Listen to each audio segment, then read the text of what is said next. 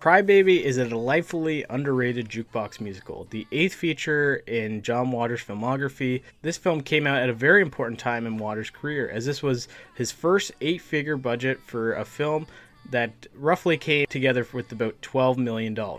He came off a lot of commercial success and critical acclaim after the success of Hairspray. He was also dealing with a lot of pain and loss of his longtime friend and collaborator, Divine. He describes this as being the first time a studio ever took him seriously, and there was even a bidding war amongst the studios to greenlight his next project. Imagine Entertainment won the auction, allowing him to make a nostalgia-filled 50s throwback with his biggest budget yet. One reason why this film works for me so well is the cast. John Waters, with the help of Pat Moran, put together a perfect cast that perfectly nails the look, attitude, and satirical edge of John's writings. Obviously, Johnny Depp is the biggest actor of the bunch and was super important in getting this film greenlit. I think Amy Locane as Allison is super good, this innocent but curious square. Iggy Pop, delightfully strange and weird. Susan Tyrrell, hilariously unhinged energy, perfectly matches the energy of this film. Then to round out the crew with a lot of John Waters staples like Tracy Lords, Patty Hearst, Mink Stoll, and of course Alan J. Windle. And Willem Dafoe is great because he's great in every movie. Apparently Brad Pitt auditioned for the role of Milton, but ultimately was given to Darren Burrows. The reason was because Brad was apparently too hot and they wanted to balance out the friend group. They could have afforded Brad Pitt, but passed on him because it wouldn't work for the film. That's good fucking filmmaking. Now let's talk about the musical elements of the film, which is obviously very important for any musical / jukebox musical to work. They actually had to use some real songs, which they end up re-recording and changing some of the lyrics to in order to fit some of the film and characters. The music selection I think here is perfect. As much as Tarantino gets praised for his soundtracks, I think John Waters' taste in music is so much better. His selection and taste outmatches Tarantino tenfold. 50s music obviously is in John Waters' wheelhouse, with a lot of 50s rock and roll and rockabilly, and all of his selection perfectly nails this film. With the title song of Crybaby, which was actually changed to fit some of the lyrics, to fit the characters. Crying all the time. Cry baby, my baby. I love this title sequence as it perfectly gives you an idea of who these characters are just simply by a vaccine line in a gym. Then of course there's some other great stables. Then of course there's some other great musical scenes like the iconic King Crybaby, Teardrops Are Falling, and Please Mr. Jailer, which really shows off Amy Locane's singing and choreographed skills. But my fave for sure is Crybaby Doing Time for Being Young. An amazing job by Johnny Depp to sell this number, a fun homage to old Elvis movies, and just a damn good song and sequence. I think it was a funny and smart move that they decided to go with another singer to do Johnny Depp's part. He technically can sing, but no one wants to see that. But I will give him credit for doing an excellent job at selling these performances. The direction. Of course, I am a big John Waters fan, but I will try to be objective when it comes to the direction of this film, and honestly, it's just fucking great. First, the art style and look of this film, I can't get enough of it. The 50s color palette looks so good and pleasing, especially in Technicolor.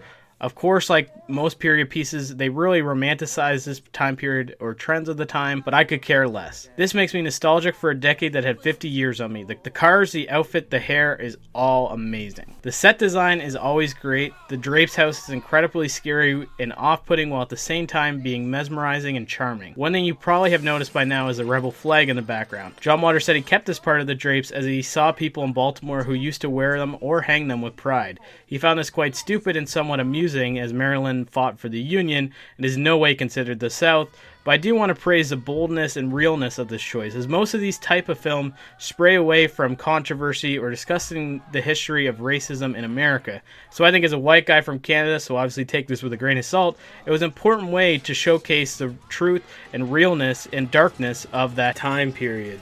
And next I will say my favorite Confederate fact: Club Penguin lasted longer than the Confederacy. But if you think it's offensive or wrong, obviously I don't have much authority on this, but I still think it was a good, bold choice, and not just sort of lazy way to write these guys off as poor hicks, as there was actually reasoning behind it. The camera work here is brilliant, and no one really ever goes to a John Waters films for the unique lighting or technical camera work, but in this film I think he proves a lot of that wrong. He used Dave Inslee as cinematographer, who does an excellent job with filming these numbers. You could see the contrast in style when the Squares sings a number versus the Drapes. The Squares scenes are quite safe and stable shots with little movement, whereas the Drapes have a lot of movement, cuts, and seeds that perfectly matches the style of music they are playing. He also remade some classic shots from Elvis movies, like in the shot in the jailhouse. Everything fits so seamlessly together. A chase on top of a musical number, perfect. Better than Grease by a long shot. Now let's talk about the writing in this film. John Waters is my favorite comedy writer. His humor perfectly resonates with me.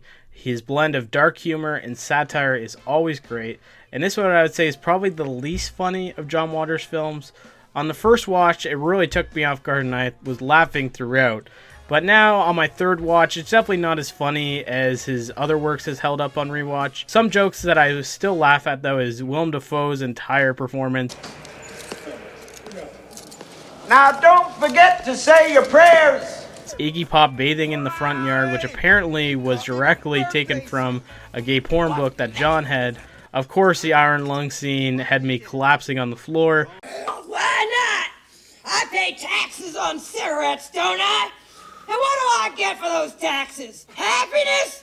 Hell no! So maybe not as laugh out loud as it was the first time, but still tons of solid jokes and humor throughout. I also would feel that this would be a very emotionally challenging film for John to write, as this was the first movie that he made with his longtime partner in crime, the great Divine, who passed away a few years earlier. They never really got to enjoy the success of Hairspray, as he died shortly after the premiere, and completely changed John Waters' career path forever. I believe John Waters truly loved Divine. In an era where celebrity world lies to you about all the celebrities being friends and working well together, at the end of the day, a lot of these people are just coworkers, and not every work friendship ends in true friendship. But I truly believe that they had a true, deep friendship and connection. John Waters has said that Divine was truly the only actor that would say the lines like John thought them. Could you give us some of your political beliefs? Kill everyone now. Condone first-degree murder. Advocate cannibalism. Eat shit. It connected so well creatively and comedically. John Waters not only lost one of his friends, but his favorite collaborator. I believe that that would be a very difficult thing to deal with. He was 44 when he made this film, probably scared he might only be remembered for the movie where someone ate dog shit. Scared his movie career might be over, he completely knocks it out of the park and nails it with this film. This film lost money at the box office, only making around $8 million, but because of this film is so good, it has stayed relevant with home media and movie fans with good taste. Crybaby is obviously not as popular of a jukebox / musical as Grease, but I don't really want it to be. Let the normies enjoy that garbage and let the cool people see the Superiors 50s Squares vs. Drapes musical. So why not put it on and give it a try? Thank you for watching.